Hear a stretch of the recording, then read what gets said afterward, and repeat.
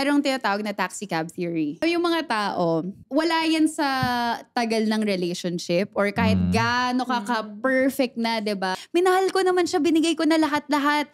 Bakit anong kulang sa akin, blah blah blah. Tapos yung next na naging girlfriend or boyfriend ng ex mo, doon naging seryoso. Biglang okay, nagpakasal, ang bilis, nakuha niya lahat ng gusto mo. Yung Bakit ganun? ko, bakit sa kanya nabigay? Kasi pag yung sa taxi cab, yung mga tao, the moment na ready na sila, the first kung taxi. sino man yung tao na nandyan, yun na yun. Pwede bang hindi taxi? Pwede bang ride-hailing app na siya? Kahit ano pa yan. Diba? Ride-hailing app. Pag may sponsor na kayong ride-hailing app, saka natin ipasok kung ano.